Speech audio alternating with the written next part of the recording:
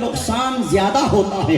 جب بھی کوئی سوال ذہن میں گردش کرے آپ کو سوشل میڈیا کے دروازے پر دستک نہیں دینی ہے, علامہ صاحب کے دروازے پر دستک دینی ہے, ان علماء کے سامنے زانوِ ادب طے کرنا ہے, ان کے پاس آ کر کے علم سیکھنا ہے. اگر یوں اسٹوڈیو میں بیٹھ کر کے علم حاصل ہوتا, سوشل میڈیا کے ذریعے علم حاصل ہوتا, تو یہ 15 سال مدرسوں میں کہیں کو گزار کر کے آتے, 10 سال مدرسے کی سوکھی روٹیاں کیوں کھاتے. اگر یوں ہی علم حاصل ہو جاتا تو جو غوث پاک, جو پیروں کا پیر ہے, میروں کا میر ہے, روشن ضمیر ہے, عالم کا دستگیر ہے, جس کی زندگی قرآن کی تفسیر ہے, بندگی قوم کی تقدیر ہے, جس کا پیغام عالمگیر ہے, پان پتھر کی لکیر ہے, اسے پاک خود کہتے ہیں درست علم حتی صرتی قطباً, کہتے ہیں میں علم حاصل کرتے کرتے کرتے کرتے مقام قطبیت پر فائز ہو. سبحان اللہ. وہ جو مادرزاد ولی تھے وہ ماں سے کہہ کے کیوں گئے تھے بغداد شریف اجازت لے کر کے, کیوں پہلے 10 برس تک مدرسہ نظامیہ میں رہے, 25 سال کی عمر میں بغداد شریف میں فارغ ہوئے. عمر کے بعد فراغت حاصل کرنے کے بعد میرے غوث نے رشتے کی باتیں نہیں کری, شادی کی باتیں نہیں کری, کوئی اور دنیا کی بات نہیں کری, بلکہ بغداد سے 40 کلومیٹر کے فاصلے پر مدائن کے جنگل ہے. میں نے اپنی آنکھوں سے مدائن کے جنگلوں کو دیکھا, آج بھی جا کر کے دیکھ لیجئے گا. وہ غوث جو 25 سال تک پڑھ کر کے فارغ ہوا, اب اس کے بعد شادی نہیں بلکہ جنگلوں میں جا کر کے مدائن کے اللہ اللہ اللہ کی صدائیں بلند کرتے ہیں. عالم یہ ہے کہ پھر 25 سال انہی مدائن کے جنگلوں میں گزار دیتے ہیں. 40 سال جو عشاء کے وضو سے فجر کی نماز پڑھی تھی, اس میں سے 25 سال مدائن کے جنگلوں میں گزارے تھے. 15 سال تک 2 رکعت نماز میں پورا قرآن عظیم مکمل کیا تھا. روزہ رکھتے تھے تو ایک ہفتے میں 1 مرتبہ افطار کرتے تھے. یہ غوث پاک کی شان ہے جو حضور کے غلام ابن غلام ابن غلام ابن غلام, یہ حضرت امام حسن و حسین کی اولاد ہے, یہ ان کی شان ہے. خود کہتے ہیں 25 سال جب مدائن کے جنگلوں میں گزار دیے تو میرے رب نے مجھ سے ارشاد فرمایا, عبد القادر جاؤ شہر میں جاؤ, یہاں رہو گے تمہارا تنہا فائدہ ہے, وہاں جاؤ گے امت کو فائدہ پہنچے گا. کہتے ہیں میں نے بغداد میں آنے کے لیے اپنے اللہ سے اپنی 70 شرطیں منوائی ہے.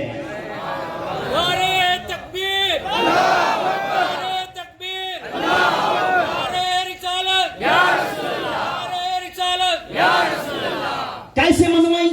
کہتے ہیں میں نے اللہ کی بارگاہ میں عریضہ پیش کرا, میرے مولا.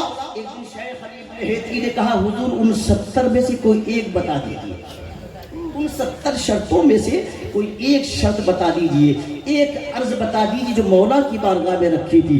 رب نے ارشاد فرمایا آپ گھبرانا مت, ایک ہفتے میں 1 مرتبہ افطار کرتے.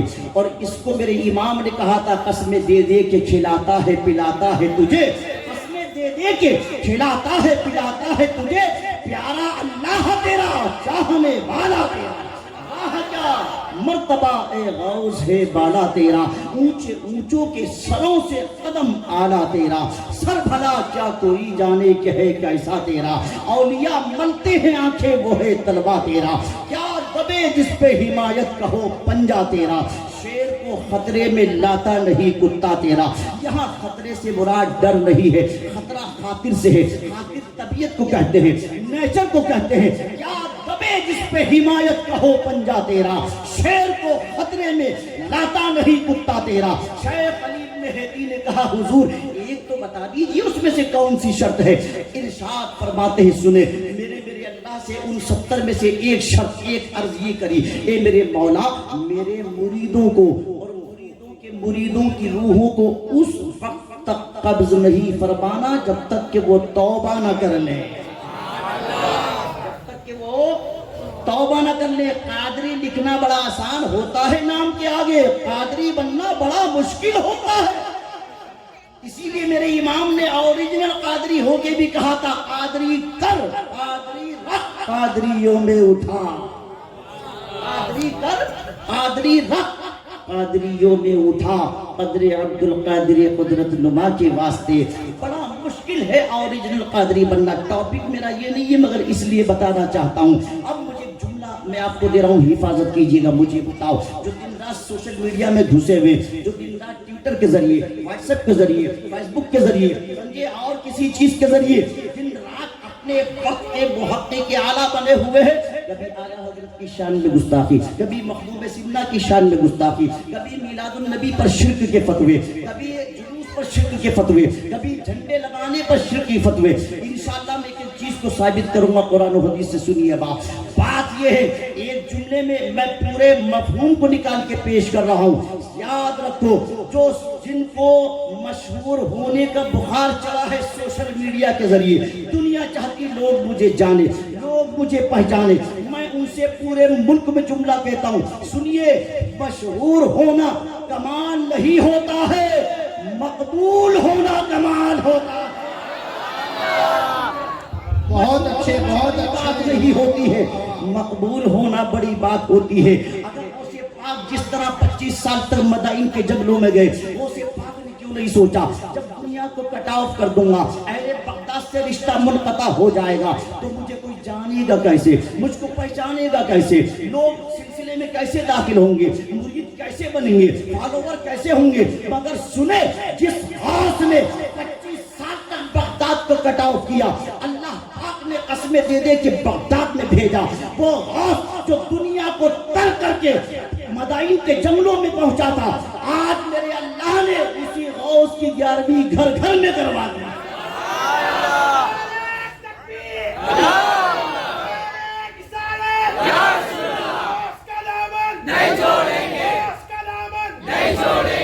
تو پتہ چلا کہ مشہور ہونا کمال نہیں ہوتا ہے، مقبول ہونا کمال ہوتا ہے. اور سنو، جب بندہ مقبول ہو جاتا ہے نا، اللہ اسے مشہور تو کر ہی دیتا ہے. جب مقبول ہو جائے حضرت تو جب مقبول ہو جائے تو مشہور تو اللہ پاک کر ہی دیتا ہے. میرے امام کو 105 برس گزر گئے بریلی کے سوداگران میں آرام فرماتے ہوئے. اس کو محبت نے کسی کو خواب میں آ کے کہا، ذرا میرے نام کے نعرے لگانا، ذرا میرے نام کی فلیکسیز لگانا، ذرا میرے نام کے جھنڈے لگانا. میرے امام نے کسی سے کہا، ماتر 2 مرتبہ بریلی سے نکلے حج بیت اللہ کے لیے، اور وہاں بھی عالم یہ تھا کہ جب طوفان آیا تو کہہ رہے تھے آنے تو یا ڈبو دو، اب تو تمہاری جانب کشتی تمہیں پہ چھوڑی، لنگر اٹھا دیے ہے. وہاں بھی عالم یہ تھا عشق و محبت کا کہ جس کو کعبۃ اللہ کی طواف کی سیاہی میں بھی گنبد خضرا کے جلوے نظر آ رہے تھے، اور کہہ رہا تھا، غور سے سن تو رضا، کعبے سے آتی ہے صدا، میری آنکھوں سے میرے پیارے کا روزہ دیکھو، حاجیو آؤ شہنشاہ کا روزہ دیکھو. کعبہ تو دیکھ چکے، کعبے کا کعبہ. مسلک اعلیٰ حضرت، مسلک اعلیٰ حضرت، مسلک اعلیٰ حضرت. بتائیے، کسی سے کہا امام عشق و محبت نے؟ آج بچے کی زبان پر ہے. دنیا میں 2 کلام سب سے زیادہ پڑھے جاتے ہیں، 2 کلام.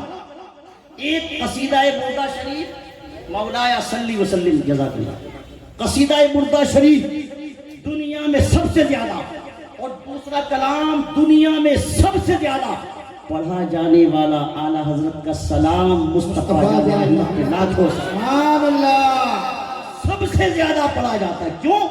انہوں نے اپنے دل کا سودا نبی کی بارگاہ میں کر دیا. میرا ٹاپک اگرچہ یہ نہیں ہے، عرض یہ کرنا چاہتا ہوں کہ مشہور ہونا بڑی بات نہیں ہوتی ہے، مقبول ہونا بڑی بات. اب قرآن کی تفسیر کی روشنی میں میرے جملوں کو ملاحظہ کیجئے گا. سنیے، مشہور ہونا کمال نہیں بلکہ مقبول ہونا کمال. ایک جملہ دل پہ اثر کرے تو خاموش مت بیٹھی گا. سنیے، دنیا میں مشہور تو فرعون بھی بہت ہوا ہے، مگر مقبول تو موسیٰ کلیم اللہ ہوئے ہیں. ہوئے کہ نہیں ہوئے؟ ارے مشہور تو نمرود بھی ہوا ہے، مگر مقبول تو ابراہیم خلیل اللہ ہوئے ہیں. مشہور تو مکے کا ابو جہل بھی ہے، مگر مقبول اور محبوب تو مدینے کے محمد الرسول اللہ ہوئے ہیں. ارے مشہور دمشق کا یزید بھی بہت ہے، مگر مقبول تو کربلا کے حسین ہوئے ہیں.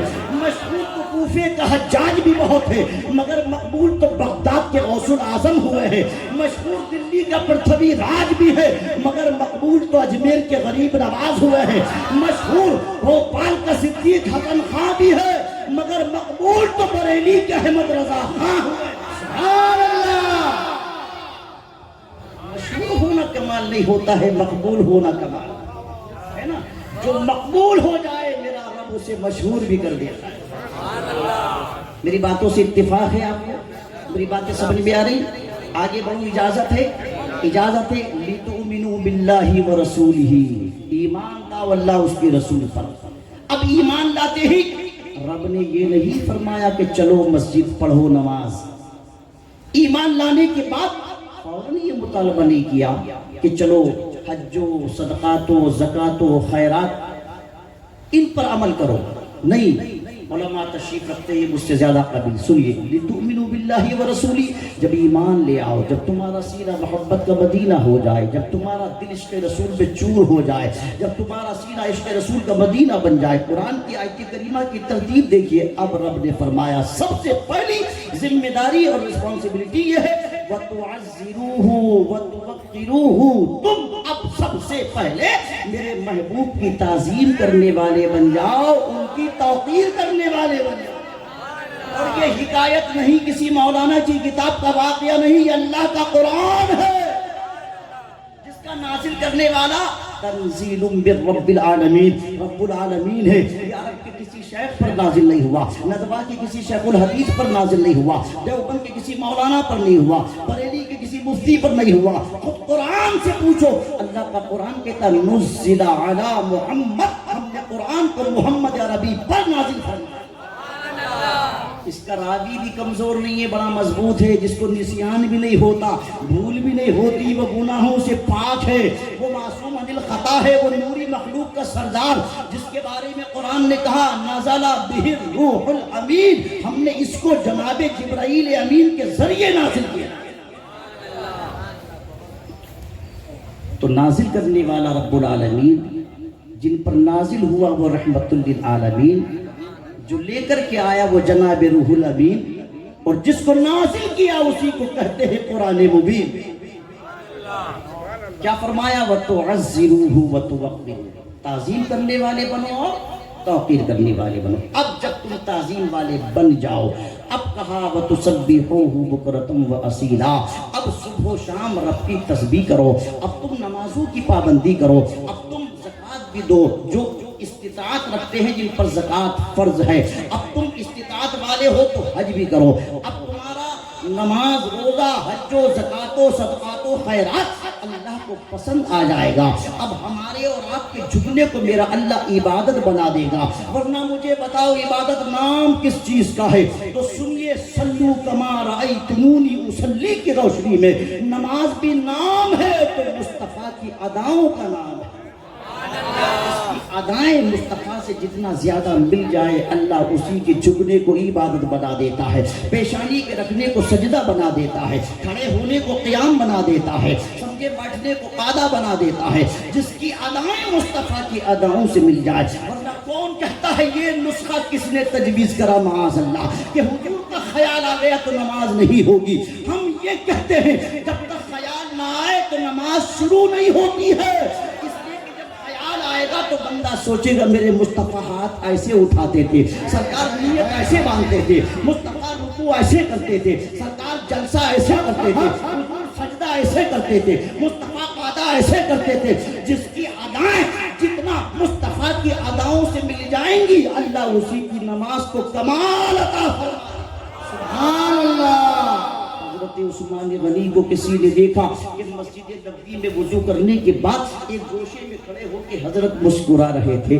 کسی نے پوچھا عثمان تم یہاں تنہا وضو کرنے کے بعد اکثر کھڑے ہو کر کیوں مسکراتے ہو؟